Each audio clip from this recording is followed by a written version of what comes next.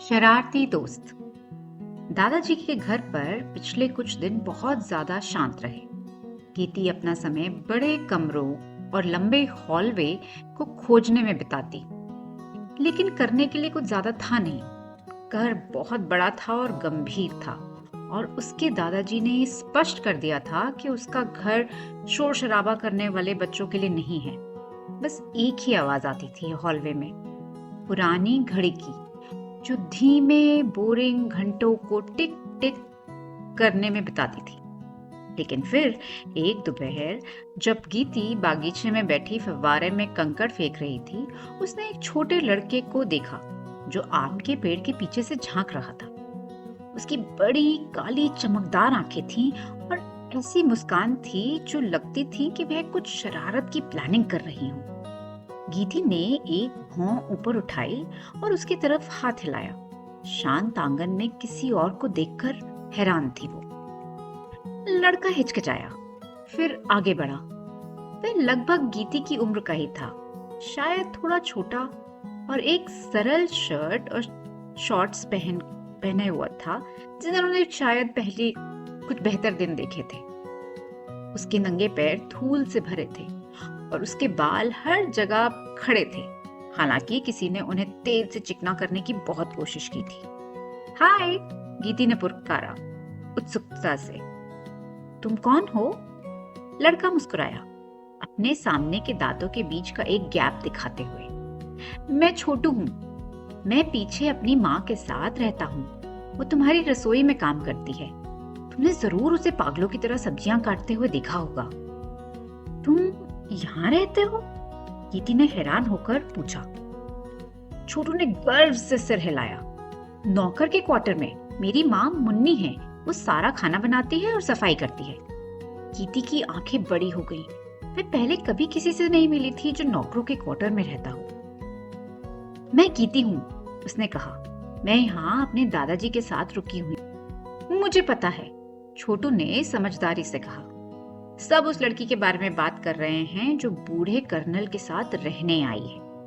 उसकी मुस्कान बड़ी हो गई। मैंने तुम्हें खोई हुई सी घूमते हुए देखा है। तुम इस घर में रहने वाली नहीं लगती। गीती हंसी, अचानक हल्का महसूस कर रही थी। वह यहाँ की नहीं थी, नियमों और चुप्पी की इस जगह के लिए नहीं बनी थी। लेकिन छोटू के साथ चीजें कुछ अलग सी लग रही थी, ज्यादा नॉर्मल। खैर, गीती ने कहा, बागीचे में चारों ओर देखते हुए, मैं सच में इस घर में फिट नहीं होती, लेकिन शायद मुझे इसकी आदत हो सकती है अगर मेरे पास बात करने के लिए कोई हो। छोटू की मुस्कान और बड़ी हो गई। वो मैं हूँ, और मैं इस घर को किसी से भी बेहतर जानता हूँ। मैं तुम्हें सबसे अच्छी छुपने की जगह भी दिखा सकता हूँ। गीती की आंखें चमक उठी। मतलब हम चुपके से घूम सकते हैं? बिल्कुल, छोटू ने उंगलियां चटकाते हुए कहा। इससे पहले कि गीती और सवाल पूछ पाती, घर के पीछे से एक तेज आवाज गूंजी। छोटू, तू कहाँ है? अभी आकर कपड़े धोने में मदद कर। छोटू कर रहा और अपनी आंखें घुमाई। वो माँ है। उसे लगता है मुझे पूरे दिन सिर्फ काम करना चाहिए। मैं बाद में वापस आऊंगा, ठीक है? गीती ने उसे भागते हुए देखा। उसके पैर धूल के छोटे बादल उड़ाते हुए भाग रहे थे। आने के बाद पहली बार उसे कल के बारे में उत्साह महसूस हो रहा था। अगली सुबह अपने दादाजी के साथ एक और शांत नाश्ते के बाद गीती सामने के गेट पर छोटू से मिली। वह अपनी एड़ियों पर उछल रहा था, किसी चीज को लेकर उत्साहित था वो शायद। चलो, उसने कहा, मैं चाहता हूं तुम्हें किसी से मिलाऊं। ये कहकर वह उसे बगल के घर की ओर ले गया, जहां गीती की उम्र की एक लड़की सामने की सीढ़ियों पर बैठी थी। उसकी लंबी काली चोटियां थीं और वह एक नोटबुक में ड्राइंग बना रही थी। उसकी जीभ ध्यान में थोड़ा बाहर निकली हुई थी। वो सीमा है, छोटू फुसफुसाते हुए बोला।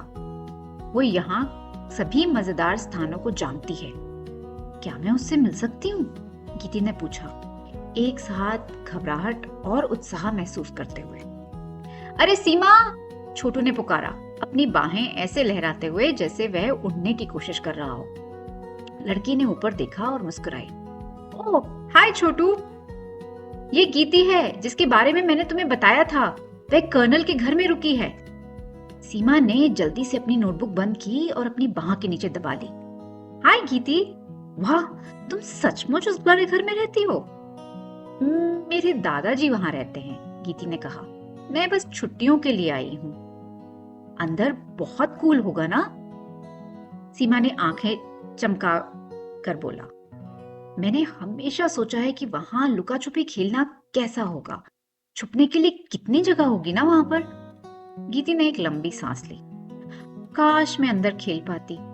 यह सच में बोरिंग है। असल में मेरे दादाजी हमेशा अपनी स्टडी में होते हैं और मुझे शोर करना बिल्कुल मना है। सीमा करीब झुकी और अपनी आवाज नीचे करते हुए बोली, खैर, तुम्हें बस किसी के साथ खेलने की जरूरत है। सच में? गीती की आंखें एडवेंचर से चमक उठी। सीमा ने चारों ओर देखा, ये सुनिश्चित करने के लिए कि कोई तो सुन नहीं रहा था। फिर धीरे से बोली, मुझे सबसे गुप्त जगहें पता है यहाँ पर। हमारे लेन के अंत में एक पुराना घर है जिसे अब कोई इस्तेमाल नहीं करता। उसका एक पिछवाड़ा है जो पुरानी चीजों से भरा हुआ है जिसे कोई नहीं देखता। गीती का दिल तेजी से धड़कने लगा। तुम अंदर गई हो? हाँ, थोड़ी बार, सीमा मुस्कुराई। मैं कल दोपहर को जाने की प्लानिंग कर रही हूँ। मेरे साथ चलोगी? इससे पहले कि गीती जवाब दे पाती, सीमा ने अपनी नोटबुक खोली और जल्दी से एक छोटा नक्शा बनाया जो दिखाता था कि घर कहाँ है।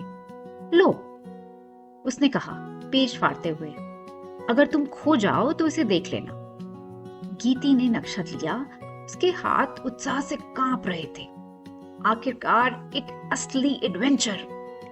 मेरे पापा बहुत गुस्सा होंगे अगर उन्होंने हमें पकड़ लिया, सीमा ने कहा। उन्हें पहले से ही लगता है कि मैं काफी जंगली हूँ। अगर उन्हें पता चला कि मैं तुम्हें वहां ले गई थी तो क्या होगा? गीती ने पूछा। 1 महीने तक बाहर खेलना बंद, शायद 2। गीती ने थोड़ी चिंता महसूस करी, लेकिन उत्साह ज्यादा मजबूत था। मैं तुमसे वहां मिलूंगी, उसने कहा। परफेक्ट, सीमा मुस्कुराई। ये बहुत मजेदार होने वाला था। जब गीती छोटू के साथ अपने दादाजी के घर की ओर वापस चली तो वह मुस्कुराने से खुद को रोक नहीं पाई। आने के बाद पहली बार उसने खुद को फिर से खुश सा पाया था। वो शांत सावधान लड़की नहीं थी जो वे बनने की कोशिश कर रही थी, बल्कि वो पुरानी गीती जो हमेशा एडवेंचर के लिए तैयार थी। उस शाम गीती अपने लिए, नए दोस्तों और उनकी प्लान के बारे में सोचते हुए समय का पूरी तरह से ध्यान खो बैठी थी। जब वे आखिरकार डाइनिंग रूम में भागी तो उसके दादाजी पहले से ही लंबी मेज के सिर पर बैठे थे, इंतजार करते हुए। गीती, उन्होंने बिना ऊपर देखे कहा, तुम फिर से लेट हो। गीती जल्दी से अपनी सीट पर फिसल गई। उसके गाल जल रहे थे। सॉरी सर, ये इस हफ्ते तीसरी बार है, उन्होंने कहा। उनकी आवाज तेज होती गई। इस घर में हम ठीक 7 बजे डिनर करते हैं, 7:05 पर नहीं। उन्होंने पहली बार उसे ठीक से देखा और उनकी भौहें ऊपर गईं। तुम्हारे जूते गंदे हैं और तुम्हारी ड्रेस पर घास के दाग हैं। गीती का दिल जोर से धड़कने लगा। उसने अपने कपड़े के नीचे देखा, वे सही थे। तुम अपनी दोपहर ही कहाँ बिता रही हो? उन्होंने पूछा। बस बगीचे में, गीती ने चुपचाप से कहा। उसका पेट गांठों में बंध रहा था। उसे झूठ बोलना पसंद नहीं था, लेकिन वहां छोटू और सीमा और गुप्त घर के बारे में कैसे समझा सकती थी? उसके दादाजी ने लंबे समय तक उसके चेहरे की ओर देखा। समझ गया। खैर, इस घर में साफ सफाई बहुत जरूरी है, याद रखो। उन्होंने अपना कांटा उठाया और फिर उसे नीचे रख दिया। एक बात और की थी, तुम मेरी अनुमति के बिना इस घर से नहीं निकलोगी। मैं नहीं चाहता कि पड़ोसी तुम्हारे बारे में शिकायत करने के लिए फोन करें। क्या मैं स्पष्ट हूं? गीती ने सिर हिलाया। उसका चेहरा शर्मिंदगी और कुछ ऐसा महसूस करते हुए गर्म था जो विद्रोह जैसी कोई छाती में हिला रहा हो। उन्होंने बाकी डिनर भारी चुप्पी में खाया। पुरानी घड़ी ज्यादा जोर से टिक टिक करती लग रही थी और गीती सीमा के फुसफुसाए शब्दों के बारे में सोचना बंद नहीं कर पा रही थी। मुझे सबसे ज्यादा गुप्त जगहों के बारे में पता है। शायद, बस शायद ये सब घर उसे एडवेंचर करने से रोकने वाला नहीं था। उस रात गीती अपनी डेस्क पर बैठी बागीचे के गुलाब की झाड़ी बना रही थी। उसने इसके बगल में 2 छोटी आकृतियां जोड़ी, खुद को और अपने दादाजी को।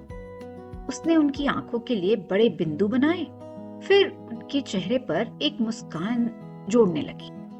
उसका हाथ कुछ रुक सा गया। उसने ड्राइंग को देखा और फिर अपनी पेंसिल को। अभी नहीं, उसने सोचा, लेकिन शायद किसी दिन। उनसे अपनी पेंसिल नीचे रखी और खुद से मुस्कुराई। कल दिलचस्प होने वाला था।